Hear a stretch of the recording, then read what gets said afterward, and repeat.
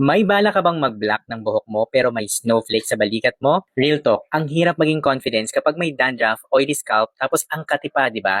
Kahit bagong ligo ka, parang ang bilis bumalik ng flakes. Mabuti na lang at nakita ko ang Nature Loves Ginger Shampoo na literal na may ginger sa loob. Totoo. As in, kita mo yung ginger sa loob niya? Hindi lang siya basta aesthetic, may purpose siya. Dahil meron siyang climazole na tumutulong mag-control ng dandruff so less flakes, less hiya moments. Totoo. Tapos yung ginger niya, kilala for helping stimulate the scalp. So hindi lang siya linis, parang boost din siya sa hair growth game mo. Kaya naman kung lagi kang oily, this helps clean excess oil and build up. Kaya naman mas fresh yung scalp mo, hindi yung feeling na mabigat or malagkit after few hours. Plus, may keratin complex pa, so smooth, mas manageable yung buhok mo, hindi buhaghag vibes. At ang pinaka nagustuhan ko rito, fresh ang gamitin at mabango pa.